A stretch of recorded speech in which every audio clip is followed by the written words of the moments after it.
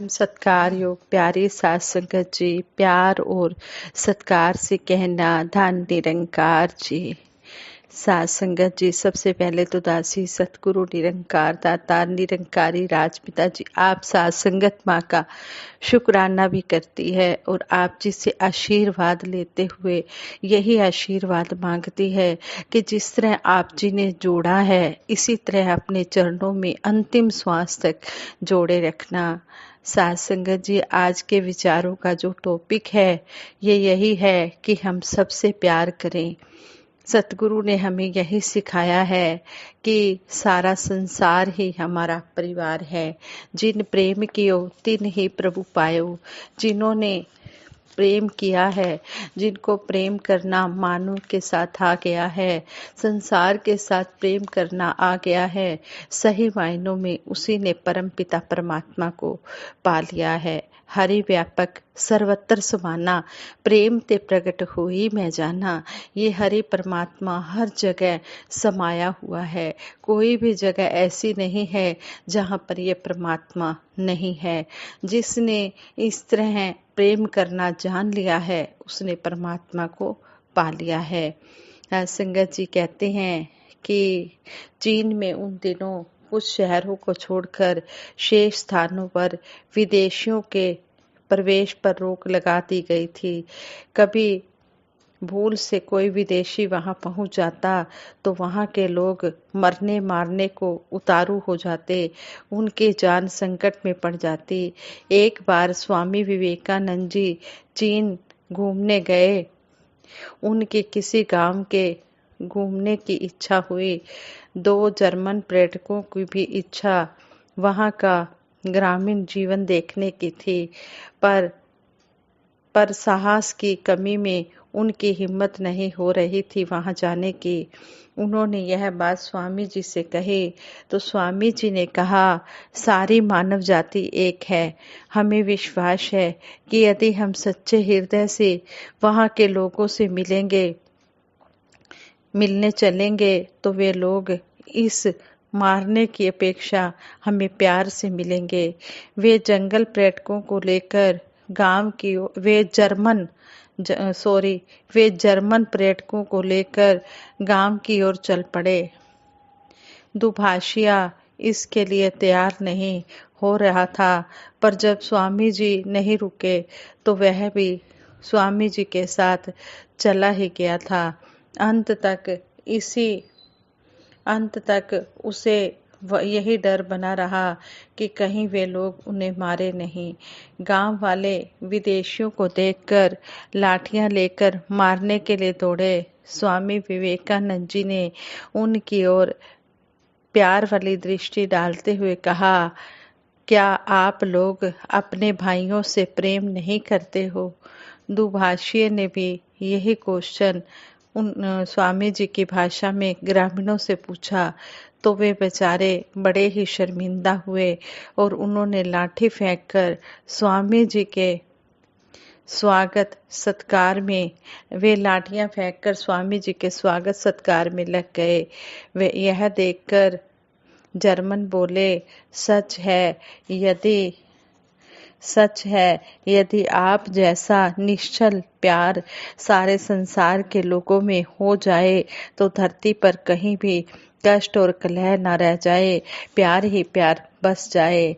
साथ संगत जी, ये संत महात्मा ही होते हैं जिनके अंदर ये प्यार का सागर भरा होता है, जिनके अंदर अथाह प्यार होता है।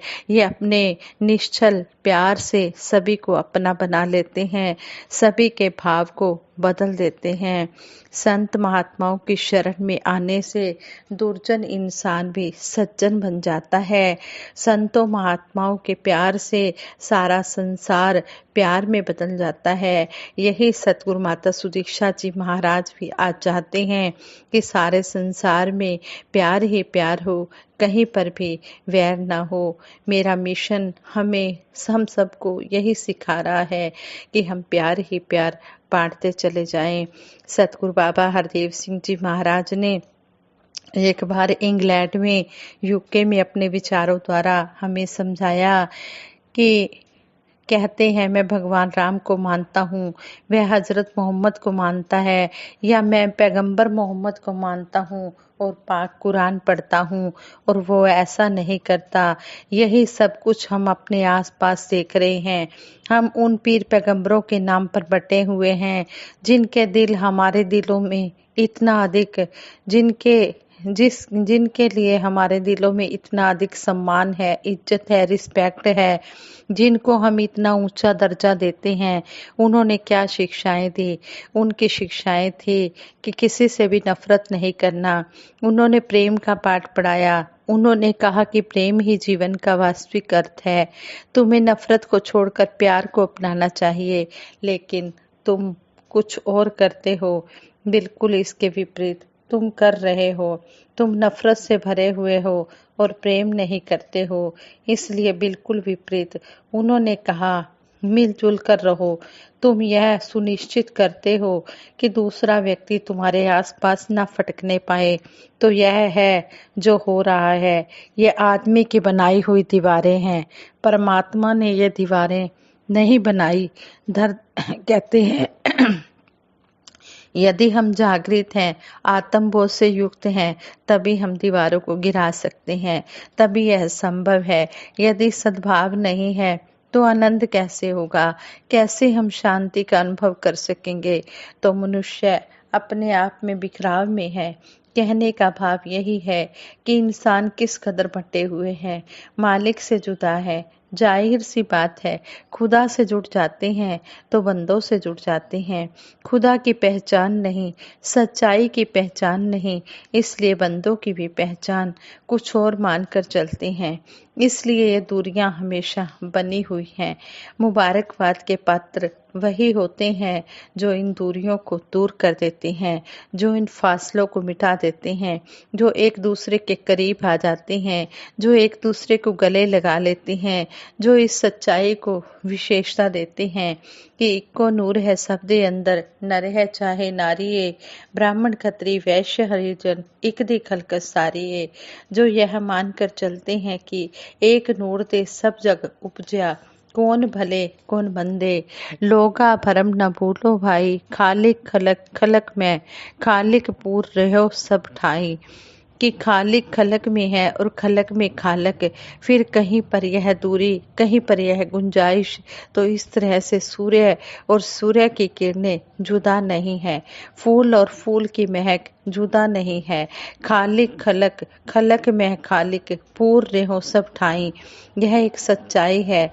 इसलिए संत महात्मा भगत जन यही संदेश युगों युगों से देते आ रहे हैं।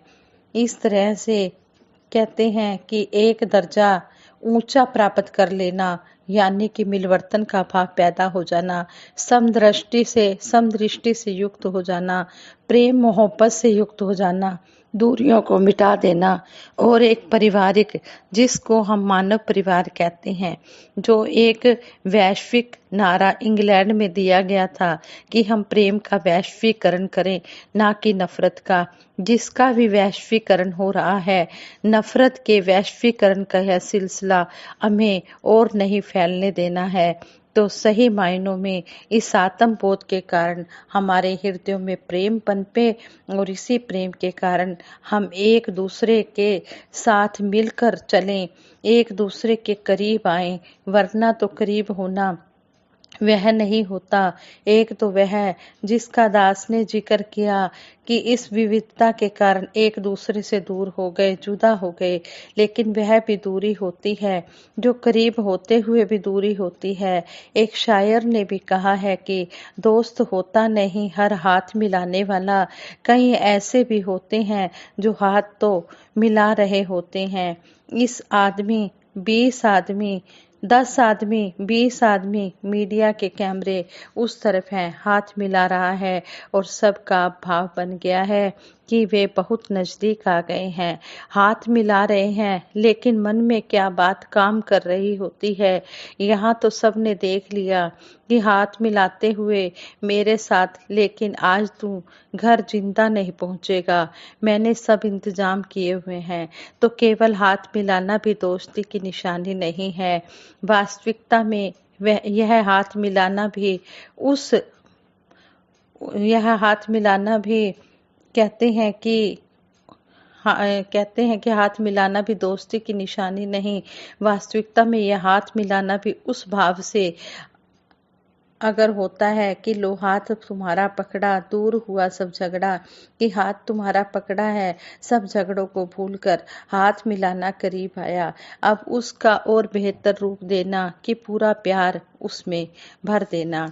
हाँ संगत जी, इस कदर ऐसे संबंध वाले प्यार बन जाएं और प्यार की धारा बहती चली जाए कि जहां जहां से गुजरे वहां वहां हरियाली हो, चैन हो, सुकून हो, खुशी हो।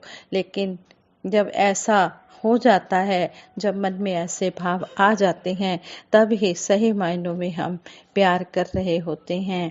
कहते हैं कि फूलों की कितनी अहमियत है।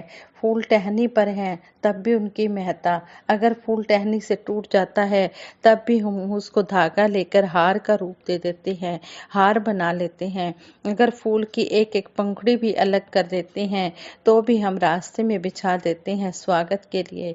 फूल की पंखुड़ियां एक दूसरे पर फेंकते हैं, उसकी खुशबू से खूबसूरती कायम होती है। चाहे वह फूल टहनी पर है तब भी, टूट गया तब भी अहमियत कायम रहती है। एक एक पंखुड़ी टूट गई तब भी उसकी महत्ता है, तब भी उसकी विशेषता है। यह अवस्था हर किसी को मिल जाए, यही शुभकामना, यही प्रार्थना है कि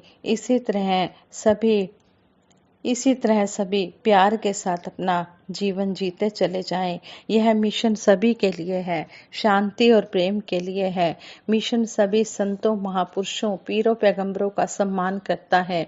मिशन कहते हैं कि यही अरदास है कि सच्चे पातशाह सभी भाईचारे को बढ़ाने के लिए इसमें योगदान देते चले जाएं और अपने मन को मजबूत करते चले जाएं, सत्संग में जुड़ते चले जाएं। हमारे अपने जीवन में भी खुशियां आए और औरों के जीवन में भी हम खुशियां ले आए।